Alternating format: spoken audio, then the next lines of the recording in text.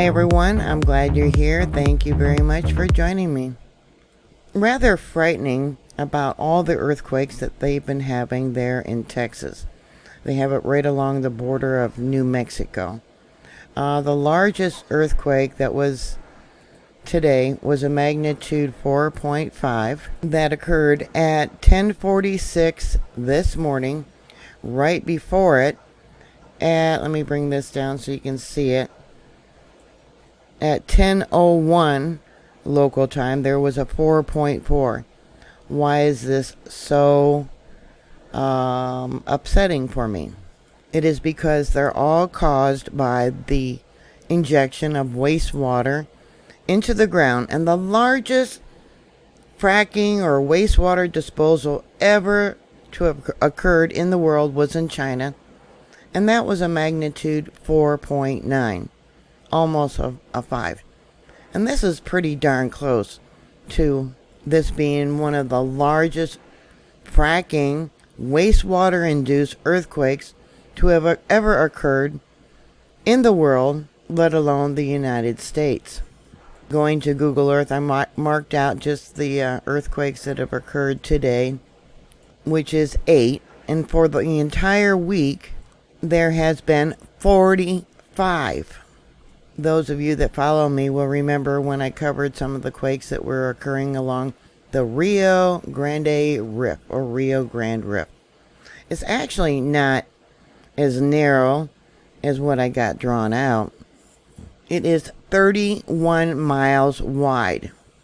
So I drew out 15 miles on each side, so it's actually wider than what I got drawn out in red here.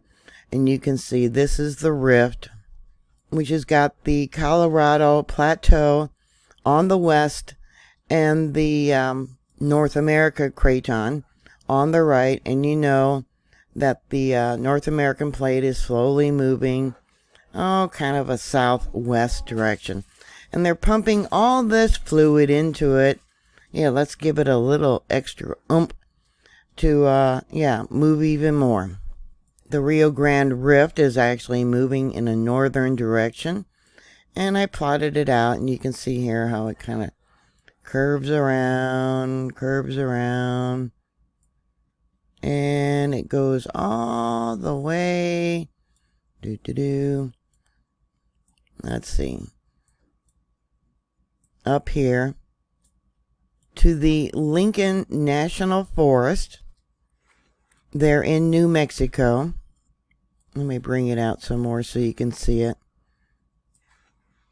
And it also extends all the way up here to Fort Worth, Texas. Dun, da, da. When they start to have earthquakes of a certain magnitude, they are supposed to shut down, pumping more water into the ground. But with our energy crisis, gas at now more than $7 a gallon in some states, more than likely they will not do that. When President Trump was in office, he filled up our oil reserves when it was only $24 a barrel. And Biden's been releasing that oil. I heard it's going to go up to about $200 a barrel. So he is releasing the oil.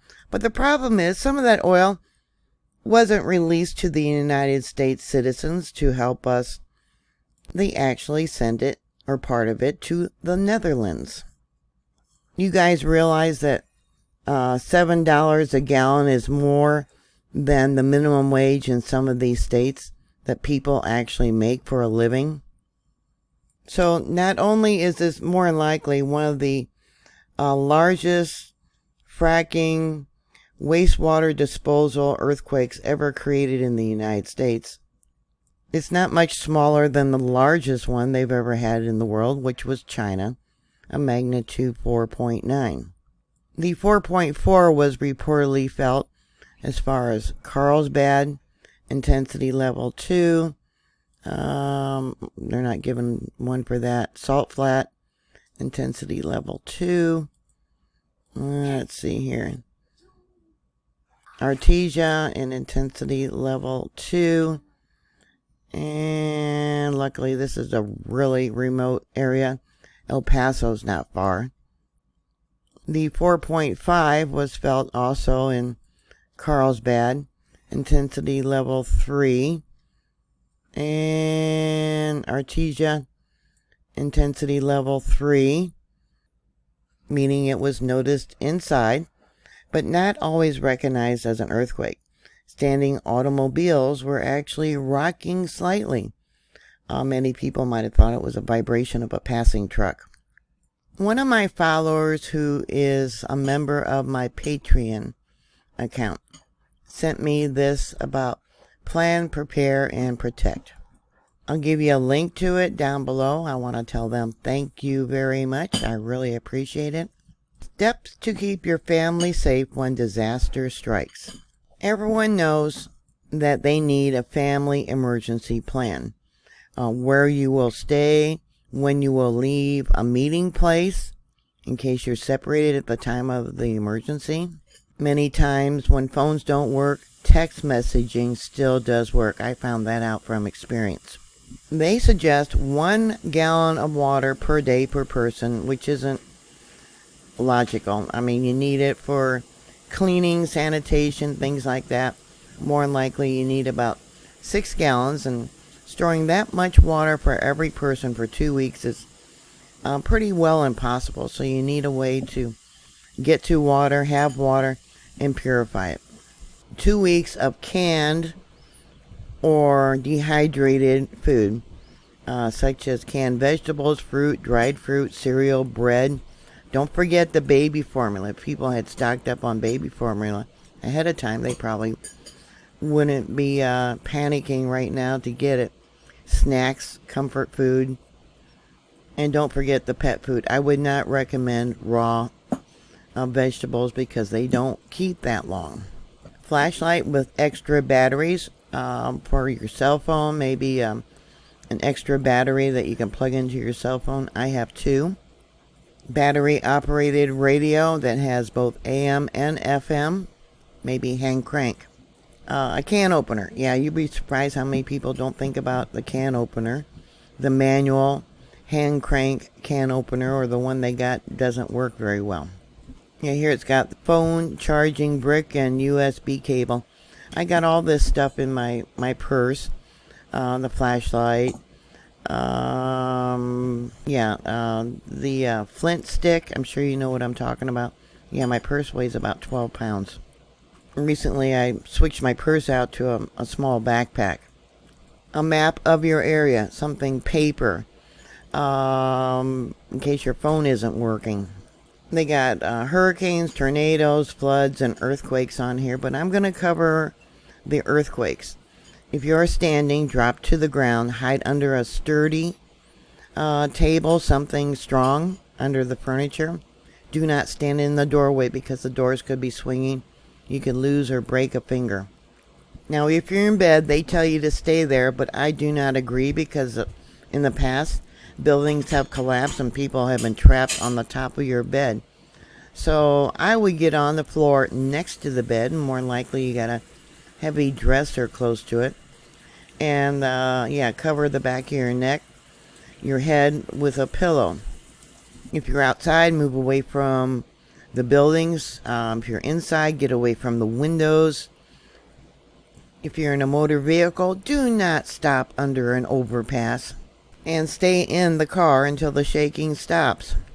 Have a separate booklet or paper with all your friends and family you might want to get a hold of.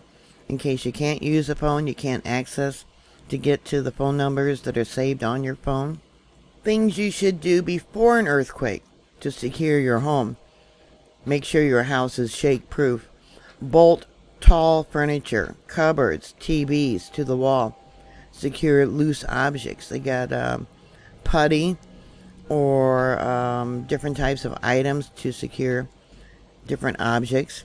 Know how to turn off your utilities in case you have broken gas lines, the gas is leaking, or water is leaking. Have a wrench to turn those off. Find out exactly what type of wrench you need. to turn off those utilities. And know where you need to turn it off at. Where's the main? And remember, aftershocks can happen for a very long time after the main event. And often you have a foreshock, which in this case was probably the 4.4. And more recently, they had a magnitude 2.9. So they're still rocking and rolling there. Yeah, and the damage has already been done. Even if they shut down. Yeah, this was a fairly large earthquake.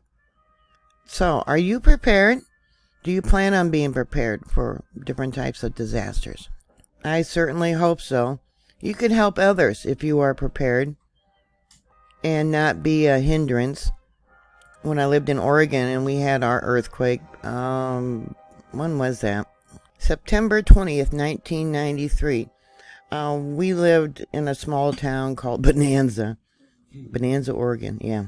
My small town had about 350 people, and FEMA came out and inspected the school and all the different buildings there. Couldn't use the water from the city because the wells were all shook up. Anyways, when FEMA came to our house, I was the only person in the entire town that had emergency supplies and bottled water. The only one out of 350 people. They say it was a magnitude 5.9. I felt the foreshock and I thought it was either the kids or the dogs bumping the couch. And there was over $750 million in damage. 2 people, I believe, died during that earthquake. One from a rock slide that crushed a car. And then another one from a heart attack. Not a single thing fell over in my home. Not a single coffee cup fell off the walls because they were all secured. Strong earthquakes continued almost throughout the entire night. I got so tired of it. Getting underneath something sturdy. Yeah, every time it shook. Yeah, all night it was shaking. I finally told my husband, I don't care if the house falls down on me. I'm going to bed. What I should have done was go out and sleep in the car and took the kids. A lot of people did do that. They went out and slept in their cars for the night. But anyways, what do you think about all these earthquakes in Texas? Please put your comments down below. Thank you very much for watching. Thank you for subscribing. Thank you to those that support my work on Patreon and sending me that link. Yes, God bless you. Thank you very much. Please stay safe, and I'll talk to you later. God bless you. Bye.